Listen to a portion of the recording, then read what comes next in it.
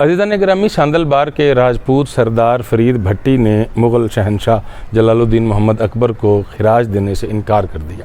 مغل بادشاہ نے اس کا سر کٹوا کے دہلی کے صدر دروازے پر لٹکا دیا۔ فرید بھٹی کے قتل کے وقت اس کی بیوی لدھی 5 ماہ کی حاملہ تھی۔ 4 ماہ بعد اس نے ایک بیٹے کو جنم دیا جس کا نام دلہ رکھا گیا۔ یہی دلہ بعد میں دلہ بھٹی کے نام سے جانا گیا۔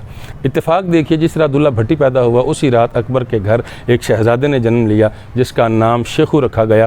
یہی شیخو بعد میں جہانگیر کے نام سے مشہور ہوا۔ نجومیوں نے بتایا، ستاروں کا شمار کیا، ذائچہ بنایا۔ انہوں نے کہا تیرے شہزادے کے لیے، شیخو کے لیے ماں کا دودھ پینا مناسب نہیں، کوئی ایسی عورت تلاش کر جس عورت کا بچہ تیرے بیٹے کا ہم عمر ہو، جس عورت کا بچہ اسی رات پیدا ہوا ہو جس رات شہزادے نے جنم لیا ہے۔ ایک سائیں بابا نے آ کے بادشاہ کو بتایا کہ تو نے جس فرید بھٹی کو قتل کروا کے اس کا سر شہر کے صدر دروازے پر لٹکایا تھا، اسی کے گھر میں اسی رات ایک بیٹا پیدا ہوا ہے جس کا نام دلہ بھٹی رکھا گیا ہے۔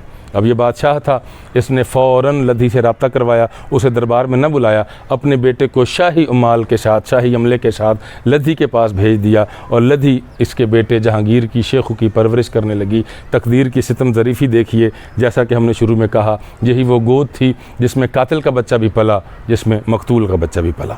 12 سال کا عرصہ بیتنے کے بعد تاریخ نے دیکھا کہ دلہ بھٹی اپنے عہد کے بچوں سے بہت مختلف تھا۔ یہ تیر اندازی میں دلچسپی لیتا تھا، گھڑ سواری میں دلچسپی لیتا تھا، نیزہ بازی میں دلچسپی لیتا تھا، شمشیر زنی میں دلچسپی لیتا تھا۔ اس کے شوق عام بچوں سے مختلف تھے۔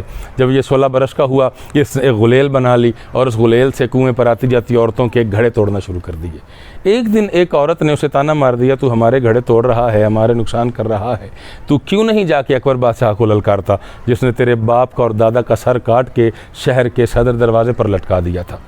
یہ خونین آنکھیں لیے ہوئے اپنی ماں کے پاس آیا، اس کا راجپوت خون کھولنے لگا، اس نے خنجر ماں کی گردن پہ رکھ دیا اور اس نے کہا، بتا میرا باپ کیسے مرا تھا۔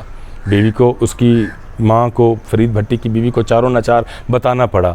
اس کی رگوں میں دوڑتا ہوا راجپوت خون ایسا کھولا کہ اس نے کہا، میں اپنے باپ کا بدلہ لوں گا، مجھے میرے باپ کی کوئی نشانی دے۔ اس کی ماں اس کو لے کے اس کمرے میں آ گئی جو کمرہ اس کے باپ فرید بھٹی کا تھا، جس میں تیر پڑے تھے، تلواریں پڑی تھیں، نیزے پڑے تھے، بھالے پڑے تھے، ساتھ ہی نکارہ پڑا تھا۔ اس نے اپنے باپ کا نیزہ اٹھایا، نکارہ دیکھا اور نکارہ بجانا شروع کر دیا۔ 16 برس بعد تاریخ نے پھر دیکھا کہ ساندل بار میں بغاوت کا نکارہ گونج رہا تھا، اور اس نکارے کی آواز مغل سلطنت کے محل کی دیواروں سے جا کے ٹکرائیں۔ امراء وزراء نے بتایا کہ ایک بار پھر اسی فرید بھٹی کے بیٹے نے، دلہ بھٹی نے تیرے خلاف بغاوت کا اعلان کر دیا ہے جسے تو نے کبھی قتل کروایا تھا۔ شہنشاہ اکبر نے شیخو کو ایک لشکر دے کے اس بغاوت کی سرکوبی کے لیے بھیجا۔ جب ساندل بار کی سرحدوں پر مغل سلطنت کا لشکر آ کے رکا تو ساندل بار میں ایک عجیب خوف و ہراس پھیل گیا۔ جب اس کی ماں کو پتہ چلا، لدھی کو پتہ چلا، اس نے سیاہ لباس پہنا، یہ شیخو کے پاس گئی اور اپنے دودھ کی لاش دلائی۔ شیخو نے مان لیا، اس نے بھی اپنی ماں کا مان سمان کیا اور کہا کہ اگر دلہ بھٹی واپس ہٹ جائے تو میں لشکر لے کر واپس چلا جاؤں گا۔ لیکن یہاں تاریخ نے دیکھا کہ دلہ بھٹی نے برسر میدان آ کے شیخو کو للکارا، اگر تیری رگوں میں اکبر کا خون ہے، میری رگوں میں فرید بھٹی کا خون ہے، اگر تو اپنے باپ کا ہے، مغل سلطنت کا وارث ہے، آ میرے ساتھ لڑ، ہم دونوں اکیلے 1 to 1 لڑ کے اس لڑائی کا فیصلہ کرتے ہیں۔